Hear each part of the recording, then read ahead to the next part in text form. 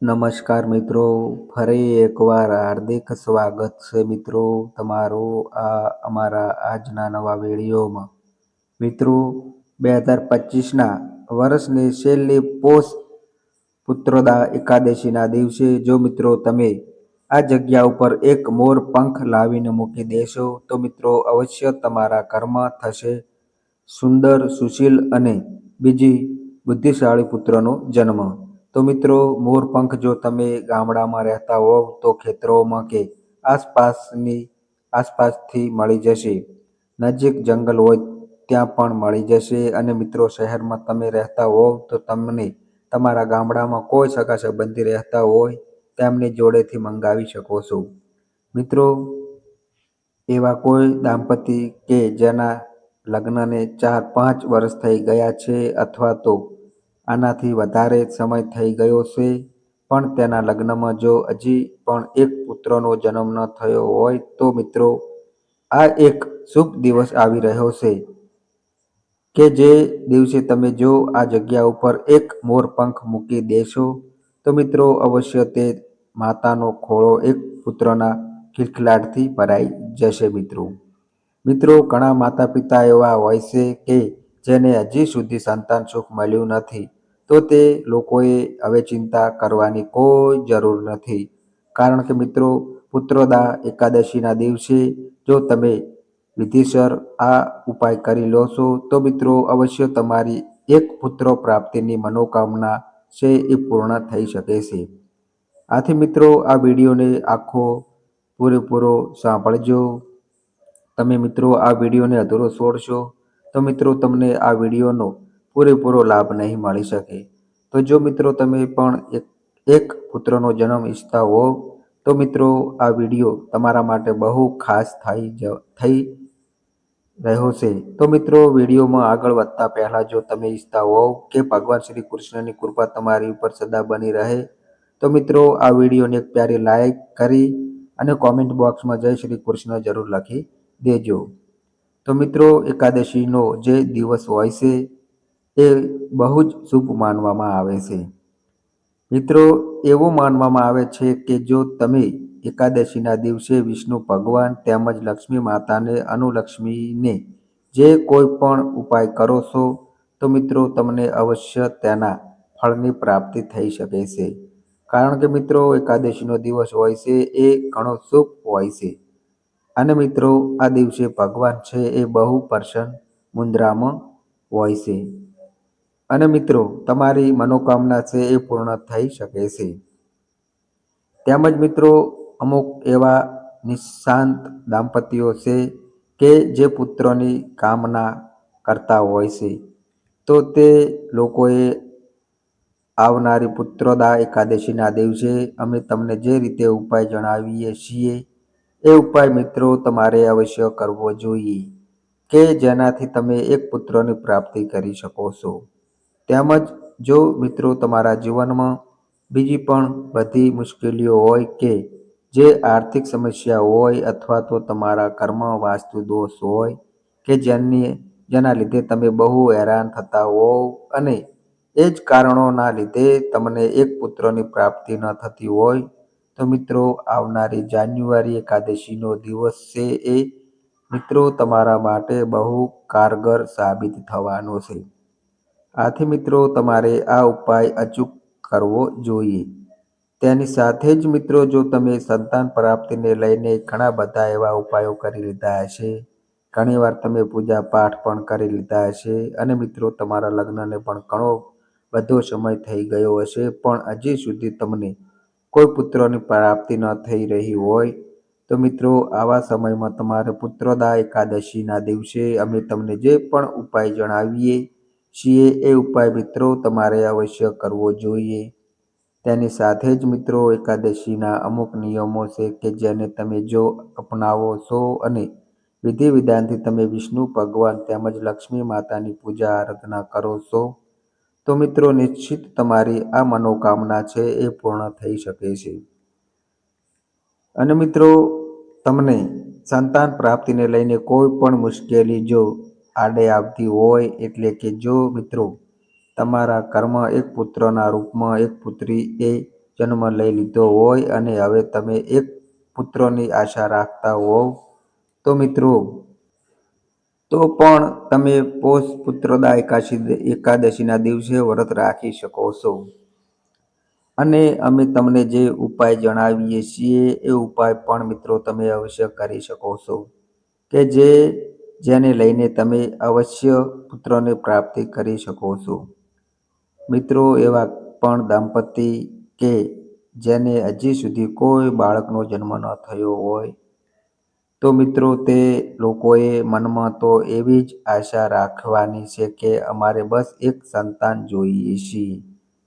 આથી તમે મિત્રો પૂરી શ્રદ્ધાથી આ પુત્રદા એકાદશીના દિવસે વ્રત રહીને અમુક નિયમોનું પાલન કરશો અને અમે તમને જે પણ ઉપાય જણાવીએ છીએ એ ઉપાય જો મિત્રો તમે પૂરી શ્રદ્ધાથી કરી લો છો તો મિત્રો આ વર્ષે તમારા ઘરમાં એક પુત્રનો જન્મ થશે અને મિત્રો તમારી પુત્ર પ્રાપ્તિની જે મનોકામના છે એ અવશ્ય પૂર્ણ થઈ શકે છે.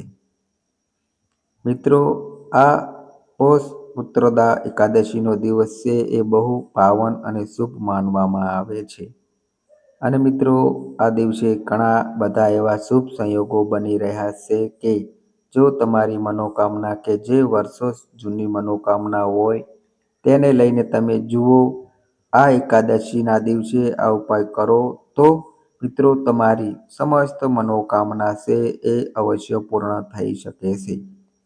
તેમજ મિત્રો જો તમે આ એકાદશીનું વ્રત રાખો છો તો મિત્રો તમારા વૈવાહિક જીવનમાં કોઈ પણ પ્રકારની જો મુશ્કેલી હોય એટલે કે જો પતિ પત્નીના વચ્ચે પણ અણબનાવ બનતા હોય તેમજ ઘરમાં શાંતિ રહેતી ન હોય, ગ્રહ કલેશ રહેતા હોય અને ઘરમાં અમુક વાસ્તુ દોષના કારણે ઘરના સભ્યોની સાથે સારું એવું બનતું ન હોય તો મિત્રો તમારે આ એકાદશીનું વ્રત તેમજ અમે મિત્રો તમને જે ઉપાય જણાવીએ છીએ એ ઉપાય તમારે અવશ્ય કરવો જોઈએ કે જેનાથી મિત્રો તમારા ઘરમાં સુખ શાંતિની પ્રાપ્તિ થશે. તો મિત્રો જો તમે બીજું કાંઈ ન કરી શકો તો તમારે આ ઉપાય અને વ્રત તો અવશ્ય કરવું જોઈએ કે જેનાથી મિત્રો તમારા વંશમાં વૃદ્ધિ થાય અને વિષ્ણુ ભગવાનની સાથે માતા લક્ષ્મીની પણ કૃપા તમને પ્રાપ્ત થઈ શકે. તો મિત્રો હવે આપણે આ ઉપાય વિશે આગળ વધીએ. તો મિત્રો તમારે આ ઉપાય ક્યારે કરવાનો છે, કઈ રીતે કરવાનો છે અને આ ઉપાય કરવા માટે તમારે કઈ વસ્તુની જરૂર પડશે મિત્રો એ બધી જ જાણકારી આપણે આજના આ વિડીયોમાં મેળવીશું. તો મિત્રો આ વિડીયોને શાંતિથી આખો સાંભળો. જો મિત્રો તમે આ વિડીયોને અધૂરો છોડશો તો આનું ફળ તમને પ્રાપ્ત નહીં થઈ શકે અને મિત્રો તમારી જે મનોકામના છે એ પણ પૂરી નહીં થઈ શકે.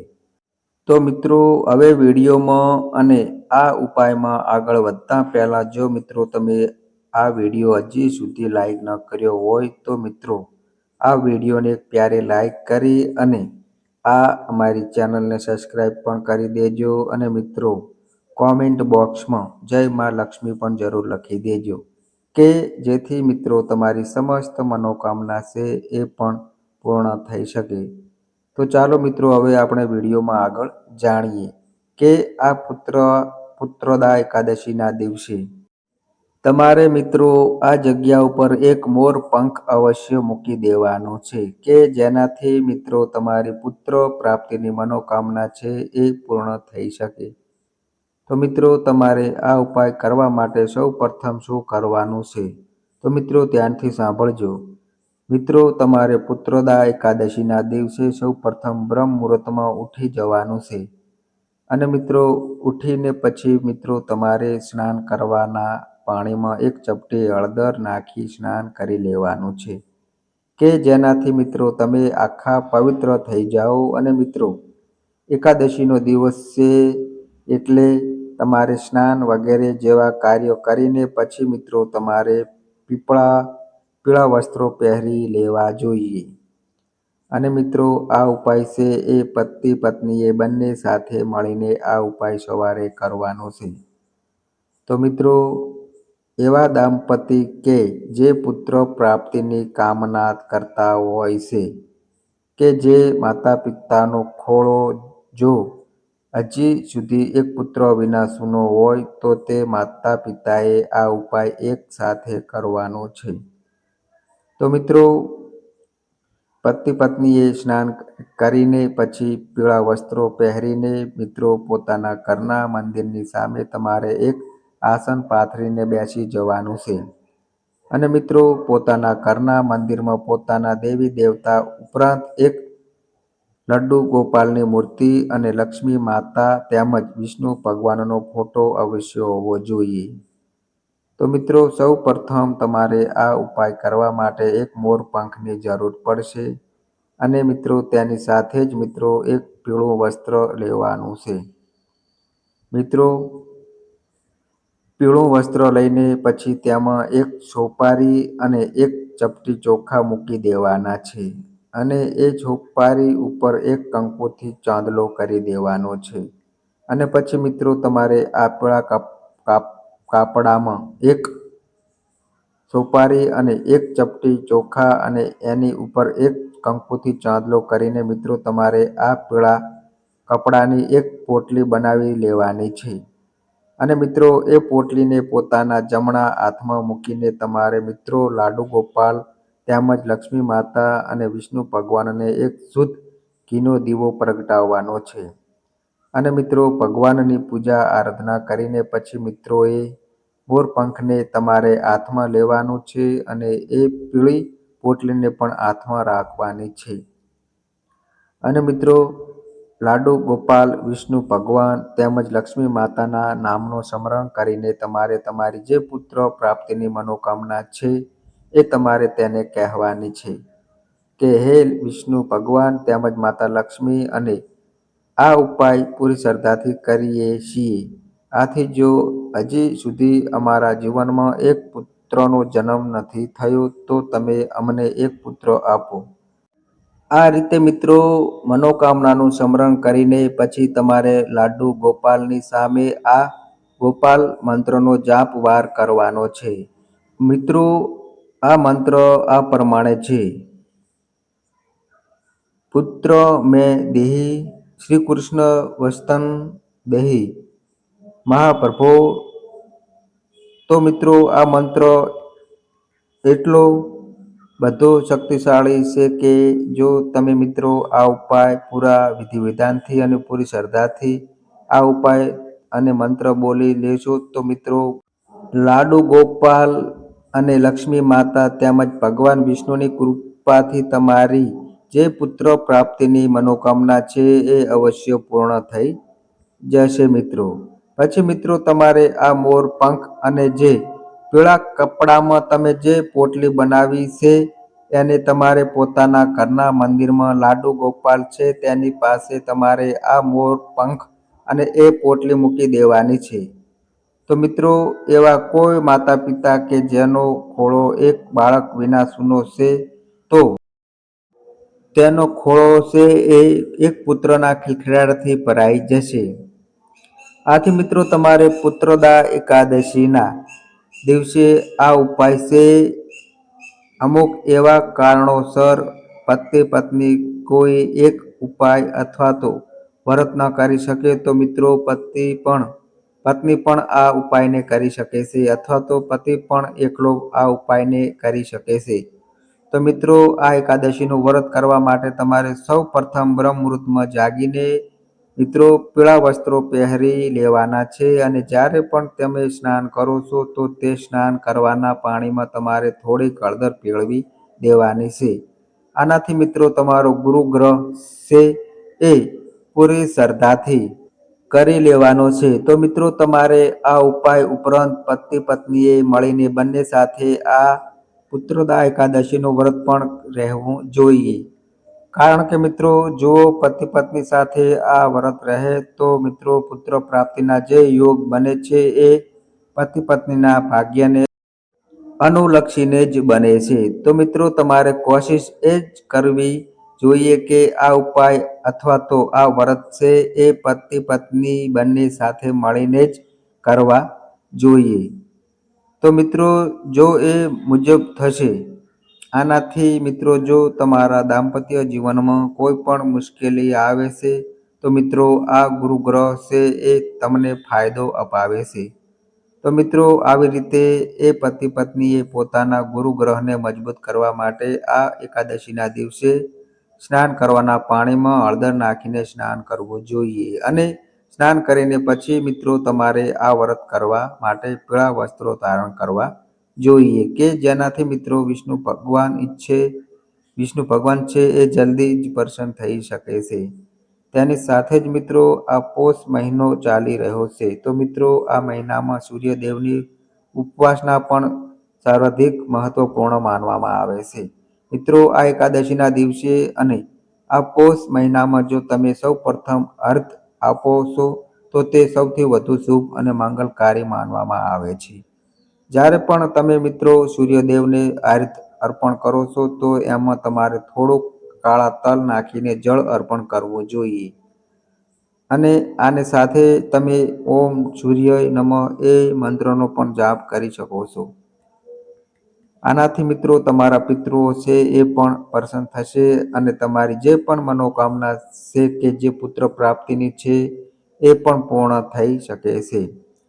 તો મિત્રો આ એકાદશીનું વ્રત કરવા માટે તેમજ આ ઉપાય કરવા માટે તમારા પાસે એક બાળ ગોપાળની મૂર્તિ હોવી જોઈએ.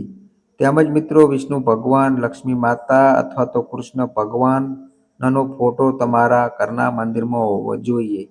તો જો મિત્રો તમે આ વ્રત પોતાને ઘરે જ મંદિરની સામે કરો છો તો મિત્રો તમારે મંદિરની સામે એક પાટલા ઉપર એક પીળું વસ્ત્ર પાથરી દેવાનું છે અને એની ઉપર મિત્રો તમારે લાડુ ગોપાલની જે પણ મૂર્તિ છે એને સ્થાપિત કરી દેવાની છે. પછી મિત્રો તમારે લાડુ ગોપાલની પ્રિય વસ્તુ અથવા તો પ્રિય ફળ તેને અર્પણ કરવાના છે.